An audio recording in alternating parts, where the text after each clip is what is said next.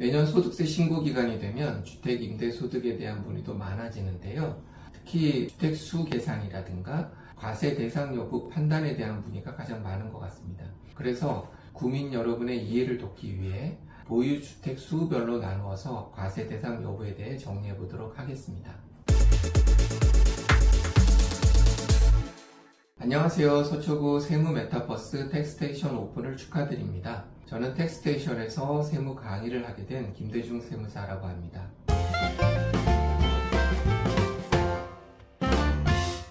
먼저 부부합산 1주택자의 경우입니다. 기본적으로는 비과세 대상이시고요. 공시가격 12억 원을 초과하는 고가주택이거나 국에 소재하는 주택에서 발생하는 임대소득은 과세 대상입니다. 이때 월세 수입만 과세 대상이고요. 보증금에 대해서는 과세되지 않습니다. 고가주택이 기준이 2022년까지는 공시가격 9억 원이었는데 2023년부터는 공시가격 12억 원을 초과하는 주택으로 변경되었습니다. 이 점 참고하시기 바랍니다. 부부합산 2주택자의 경우입니다.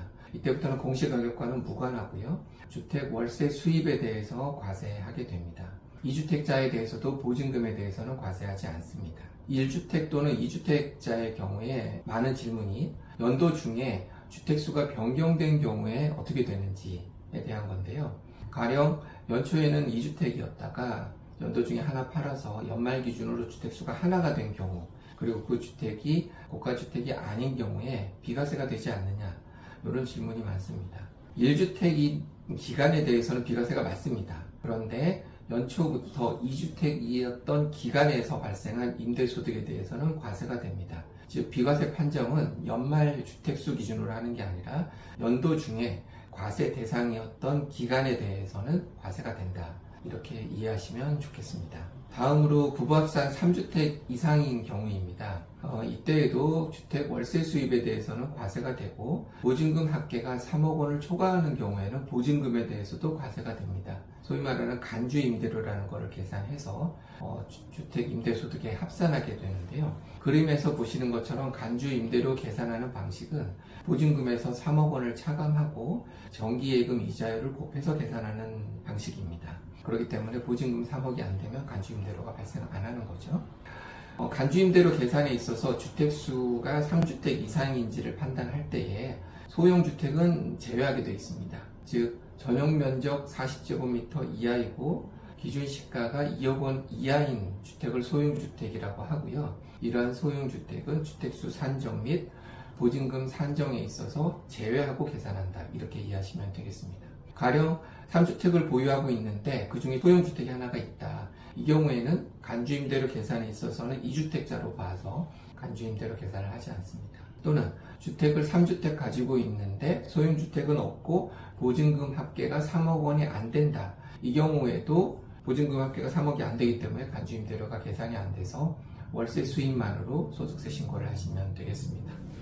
한 가지 주의하실 점은 소형주택을 가지고 있는 경우에 간주임대료 계산에 있어서는 주택수에서 빼지만 비과세 판정에 있어서는 주택수에서 빼지 않는다. 이 점에 대해서 꼭 유의하시기 바랍니다. 지금까지 부부합산 보유주택 수별로 과세 대상 여부에 대해서 알아보았고요. 다음으로는 그 밖의 주택수 계산에 있어서 주의할 사항들을 말씀드려 보도록 하겠습니다. 부부 외에 공동소유 주택을 보유한 경우가 있을 수 있죠. 나와 부모님이 공동소유하거나 나와 자녀가 공동소유하는 경우들이 있을 수 있겠습니다.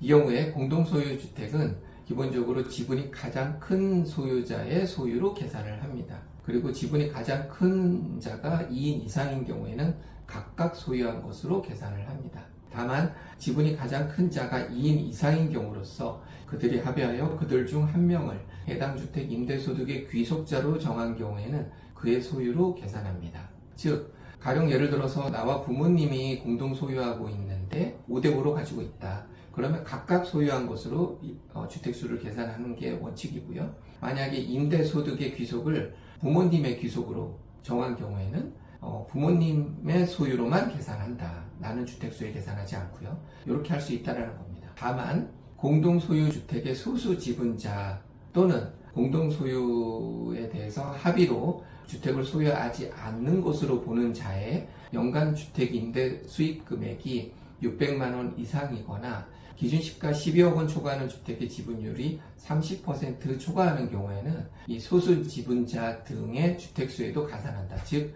공동소유자 각각 주택수에 계산해야 된다. 이런 단서가 있어서 이 부분을 좀 유의하실 필요가 있겠습니다. 그 밖에 전대나 전전세를 주고 있는 경우에 본인이 소유하고 있는 주택은 아니지만 이 전대나 전전세를 주고 있는 주택도 주택수 계산에 가산합니다. 그리고 다가구 주택의 경우 한 개 주택으로 보는 것이 원칙이고요. 각 호실별로 구분 등기되어 있는 경우에는 각각을 주택수에 계산해야 된다. 참고하시기 바랍니다. 그 외 9개 주택이 있는 경우에 주택수에 포함하셔야 되고 오피스텔이 있는 경우에 좀 주의하셔야 되는데 상시주거용 오피스텔인 경우에는 주택수에 가산해야 된다는 점 꼭 유의하시기 바랍니다. 지금까지 보유주택별 주택임대소득의 과세 대상에 대해서 정리해 보았습니다. 시청해 주신 여러분 감사합니다.